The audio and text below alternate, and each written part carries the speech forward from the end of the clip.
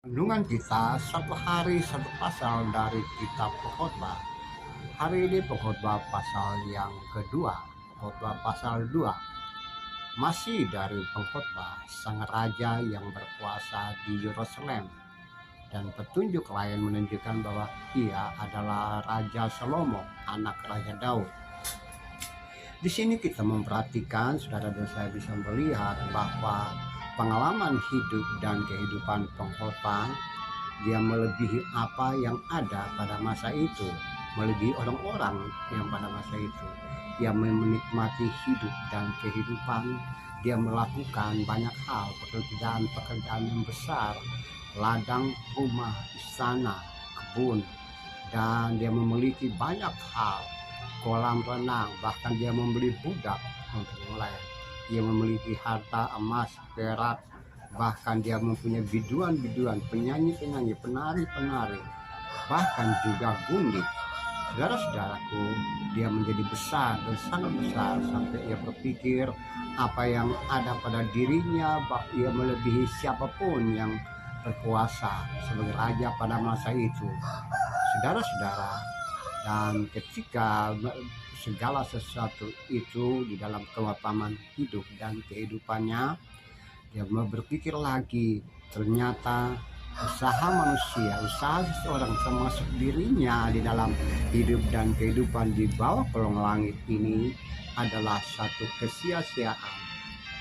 Ya, kemudian ia berpaling ke dalam pada bidang yang lain. Dia ingin mengetahui apa itu hikmat, kebodohan, dan kebobalan. Dia ingin membandingkan semuanya. Ternyata orang yang perlu hikmat, orang bodoh, orang bebal punya nasib yang sama. Ya, berujung-ujung dengan suatu kematian. Sejarah mereka pun terhenti dan lenyap dalam keingatan. Saudara-saudaraku yang kekasih, dalam keadaan seperti itu pun ia bisa melihat bahwa kehidupan yang menyusahkan diri, berusaha, dan mendapatkan banyak hal itu nantinya tidak akan berguna apa-apa bagi dirinya sendiri, atau jika tidak berfungsi juga untuk orang lain dan sesama dalam kemanusiaan. Apa faedahnya semuanya itu, kata pengkhotbah? Seluruh hidup penuh dengan kesedihan, pekerjaan penuh dengan kesusahan hati, bahkan pada malam hari pun tidur dengan tidak tentram.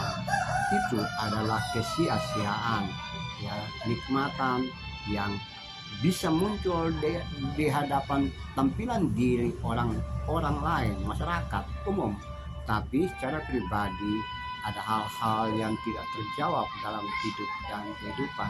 Hanya dirinya sendiri yang tahu model seperti itu. Saudara-saudaraku, dalam Tuhan, hidup dan kehidupan yang bersusah payah untuk banyak hal, mendapatkan banyak hal, dan menikmati hidup dalam tanpa mempedulikan orang lain, atau menikmati semua yang kita dapatkan jika hanya selesai untuk diri sendiri, maka ada arti seperti itu.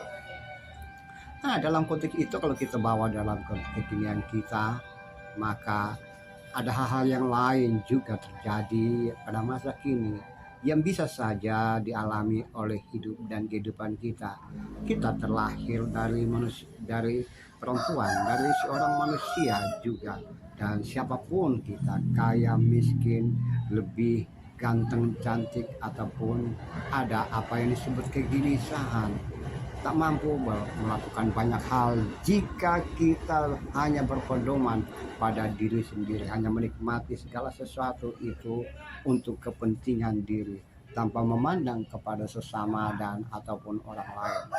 So, kalau kita melakukan banyak hal bersusah payah di kolong langit ini, mengerjakan banyak hal di bawah langit ini, berpikirlah bahwa apa yang kita kerjakan dan lakukan itu bukan untuk diri sendiri, karena untuk diri sendiri itu adalah kesia-siaan, sia-sia. Tapi berpikir bahwa usaha kerja itu juga untuk penerus, juga orang lain. Biarlah semua orang menikmati apa yang kita dapatkan dari hasil jerih payah kita, dan juga apa yang kita dapatkan tersebut merupakan berkat dari Tuhan, untuk sesama kita, dan kita kembalikan kepada Tuhan, bukan menyodorkan kepada Tuhan, tapi kita berikan kepada tangan-tangan yang memerlukan pertolongan kita. Mereka yang terlupakan, tercecer, terhindar, terlupakan, tertindas, mereka yang membutuhkan pertolongan, yang mereka yang tangan-tangan terubur kepada saudara dan saya, itulah ladang kita, itulah tempat kita berbagi kepada mereka, dan kita lakukan itu sebagai upaya kita, sebagai ucapan syukur kepada Tuhan. Kita berikan ke semua, membantu menolong itu, karena kita lakukan itu dengan keyakinan bahwa apa yang kau kerjakan itu semua untuk hal yang tidak sia-sia, tapi untuk kemanusiaan, untuk hidup dan kehidupan orang lain juga. Terpujilah Tuhan, terpujilah Kristus. Haleluya. Amin.